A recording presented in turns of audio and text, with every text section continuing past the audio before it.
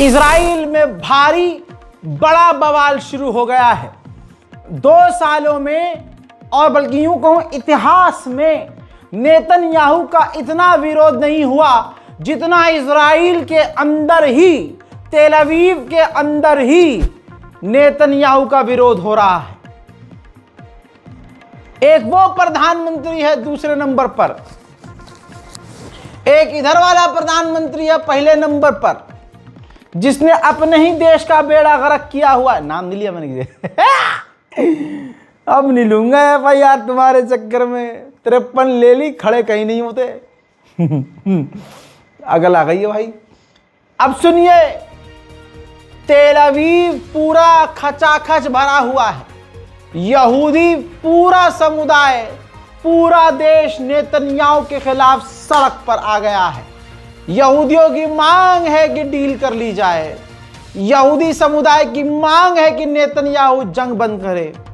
इजरायलियों की मांग है कि यह तानाशाही खत्म हो और तुरंत सीज फायर हो। पूरे, मैं आपको एक एक वीडियो दिखाने वाला हूं, एक एक विजुअल, जो भारत में सड़ा हुआ समाज का, सड़ा हुआ पेशाब पीने वाला झुंड है, जो हर वक्त अपना बाप तलाश करता है। मेरे 2 बाप, मेरे 3 बाप। तो ये अपने तीसरे बाप की, दूसरे बाप की जिल्लत देख चुके हैं ट्रम्प की। आज इस तीसरे बाप की अंधभक्तों, औकात देख लो, खुद यहूदी सड़कों पर हैं।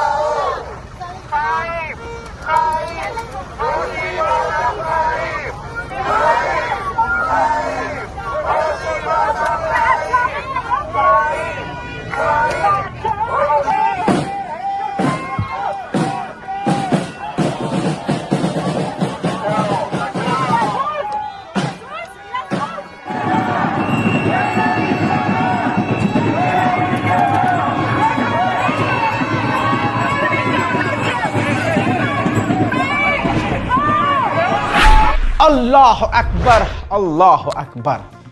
अब एक बात क्लियर है, जैसे आप जिस मुल्क में रहते हैं वहां के तानाशाह के खिलाफ अगर आप सड़क पर उतरेंगे तो आपको क्या किया जाएगा? मारा जाएगा, पीटा जाएगा, गद्दार बोला जाएगा।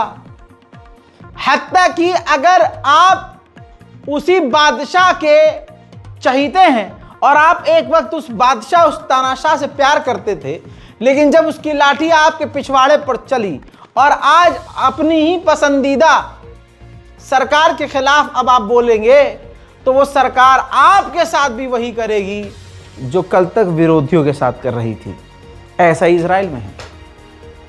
अब जैसा वो फिलिस्तीनियों के साथ करता है, जैसे इजराइल की गवर्नमेंट मारती पीटती है, अमेरिका, फ्रांस, जर्मनी, ब्रिटेन और दूसरे यूरोप के इलाके जहां पर फिलिस्तीन के समर्थन में प्रदर्शन किया जाता है, तो सरकार उन्हें पीटती है, गिरफ्तार करती है, मारती है। ऐसे ही इजराइल की पुलिस भी इजरायली प्रदर्शनकारियों को मारी है, पीटी है और गिरफ्तार की है।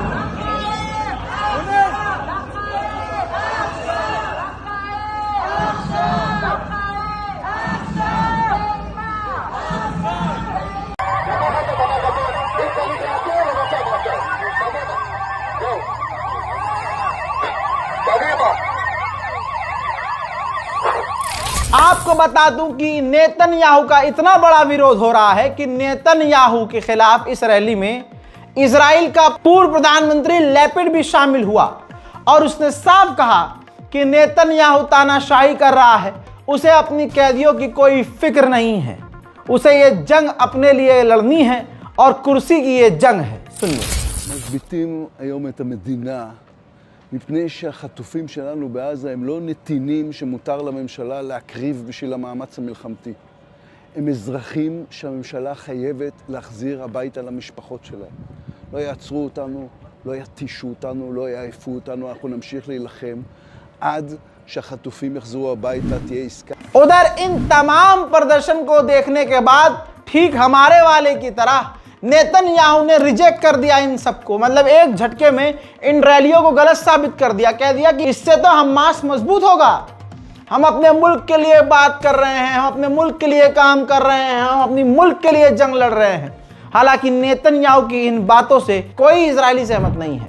अल अहली अल अरबी नाम के एक हॉस्पिटल के ऊपर इजराइल ने गाजा में बमबारी कर दी, जिसमें 7 फिलिस्तीनियों की मौत हो गई।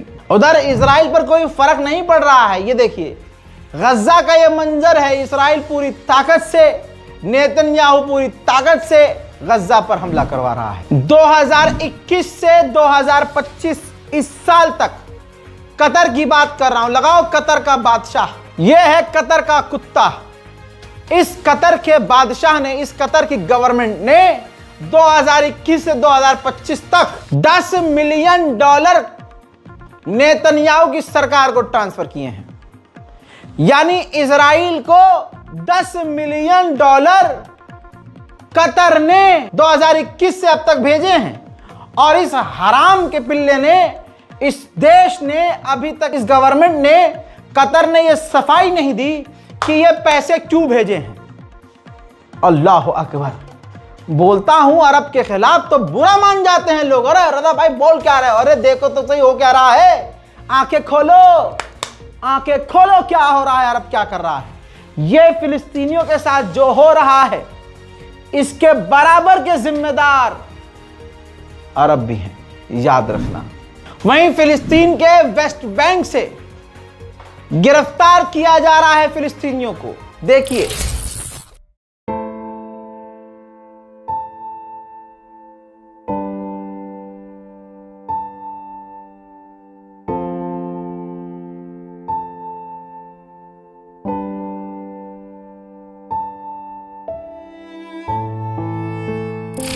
अल्लाह अकबर। इसके अलावा ये मंजर देखिए, बैतुल मुकद्दस तो मुसलमानों के हाथ से जा चुका है। ये देखिए हजारों की तादाद में रोज यहूदी बैतुल मुकद्दस में घुसपैठ कर रहे हैं। अबे तुमसे हिंदुस्तान के मुसलमानों अपनी मस्जिद बचाई नहीं जा रही है, बैतुल मुकद्दस के लिए तुम दुआ ही कर दो, यही बहुत बड़ी बात है। अगला मंजर देख लीजिए, इजराइल के जो सेटलर्स हैं, जो इजराइल के आम लोग हैं, वो फिलिस्तीनियों के घरों पर, फिलिस्तीनियों पर, उनके खेतों पर हमला कर रहे हैं और ये दिन दहाड़े हो रहा है।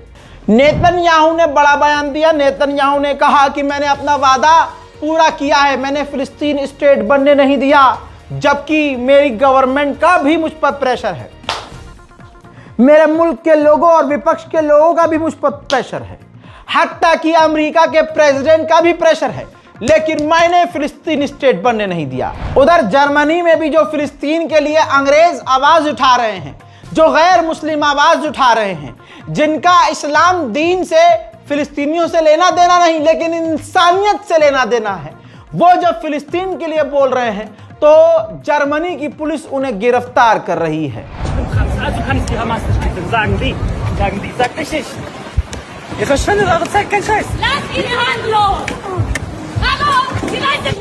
Nein. Was hab ich denn gemacht? Das erklären wir Ihnen sofort. Was hab ich denn gemacht? Ich bin 12. 12 Jahre alt. Hä, was hab ich?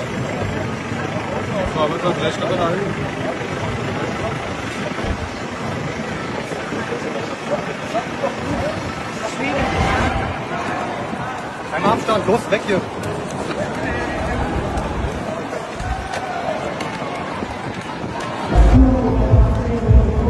Nachfragen warum. Frag ihn warum. Abstand. Abstand. अल्लाह अकबर। सोचिए, इंसानियत के नाते गैर मुस्लिम, जो मुसलमान नहीं, जिनसे कोई, जो नास्तिक भी हैं, वो भी इंसानियत की बात आ रही है, तो वो खड़े होकर फिलिस्तीन के साथ खड़े हैं और इजराइल के खिलाफ बोल रहे हैं। यह भारत में कौन सा समुदाय है? यह भारत में कौन से मजहब के इंसान हैं? तू कैसे इंसान है जो इंसानियत के नाम पर भी गाजा और फिलिस्तीन के बच्चों तक के लिए नहीं बोल रहे, बल्कि आप संघियों को देखेंगे सोशल मीडिया पर गाजा के बच्चों की, भूखे प्यासे बच्चों की तस्वीरें शेयर करके मजाक उड़ा रहे हैं।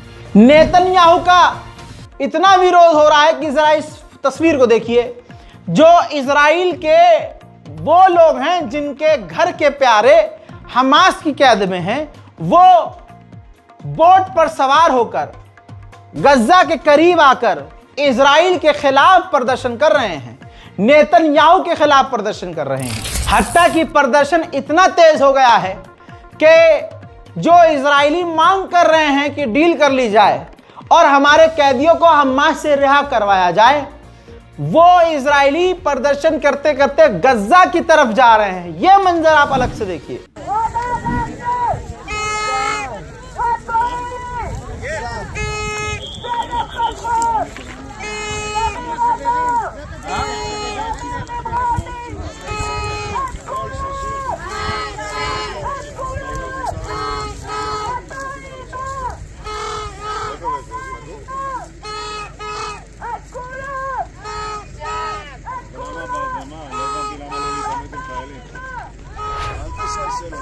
इजराइल का विदेश मंत्री नेतन्याहू पर दबाव डाल रहा है कि फ्रांस हमसे तेज चल रहा है, फ्रांस हमारे खिलाफ बयानबाजी दे रहा है, फ्रांस हमें लालाच दिखा रहा है, लिहाजा इजराइल के अंदर जो फ्रांस का विदेश मंत्रालय है हमें उसे बंद कर देना चाहिए। उधर अमेरिका, बड़ी खबर आ रही है, अमेरिका तैयारी कर रहा है इराक के बगदाद के शहर से अमेरिकी फौज को वापस निकालने की। अगर ऐसा होता है तो इराक के लिए ये बात अच्छी है। खुद अमेरिका में ही इजराइल के खिलाफ और अमेरिकी गवर्नमेंट के खिलाफ फिलिस्तीन के समर्थन में अमेरिकी प्रदर्शन कर रहे हैं।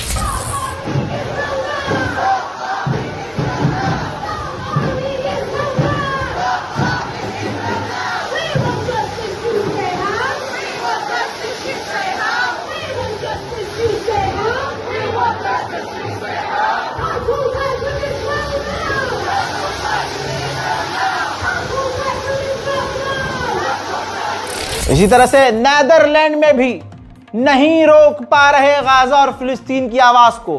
गैर मुस्लिम भी नेदरलैंड के अंग्रेज सड़कों पर फिलिस्तीन के लिए उतर आए हैं।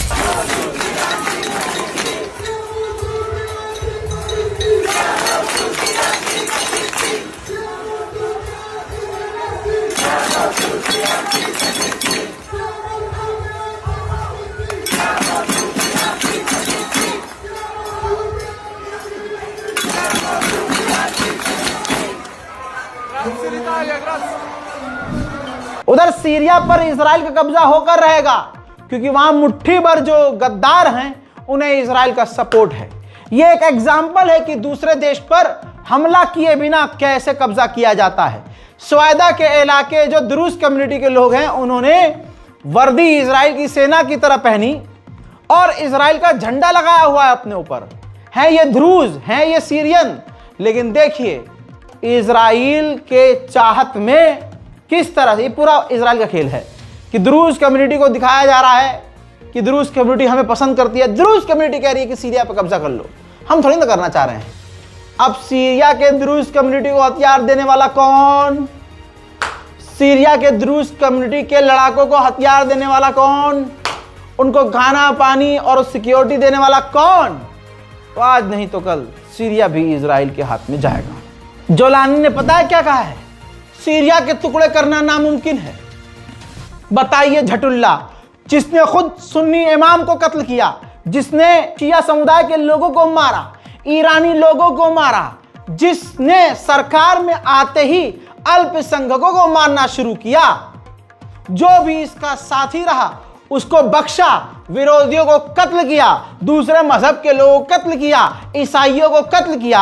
आज झटुल्ला बोल रहा है कि सीरिया को टुकड़े टुकड़े, अच्छा गोलान हाइट आधिकारिक तौर पर इजराइल को देने वाला यही, साउथ सीरिया का कुछ इलाका इजराइल को देने वाला यही कुत्ता, और ये कुत्ते की नस्ल बोल रही है आज जोलानी कि सीरिया के टुकड़े करना नामुमकिन है, और जो सीरिया के लोग इजराइल पर भरोसा कर रहे हैं गलत है।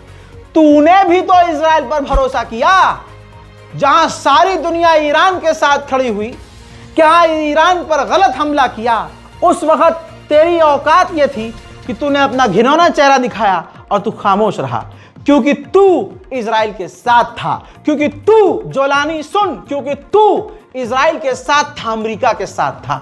यही तेरी औकात है। तू आतंकवादी था, आतंकवादी है और आतंकवादी रहेगा।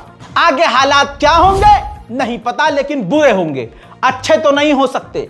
अरब मुसलमानों का गद्दार, ओआईसी गधे का पेशाब, मुस्लिम संगठन कोई औकात नहीं।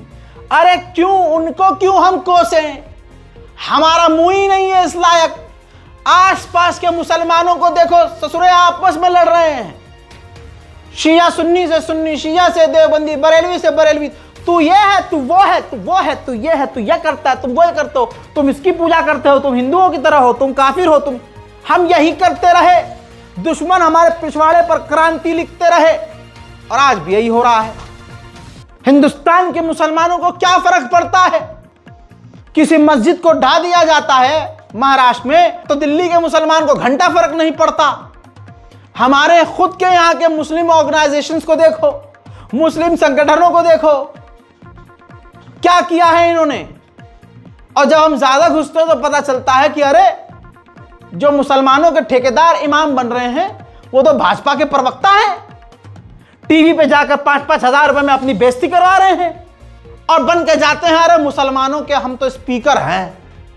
तो पहले अपने घर से शुरुआत करो, सारी गंदगी मिटाओ, आपस की लड़ाई को घर के अंदर रखो और सब एक हो जाओ।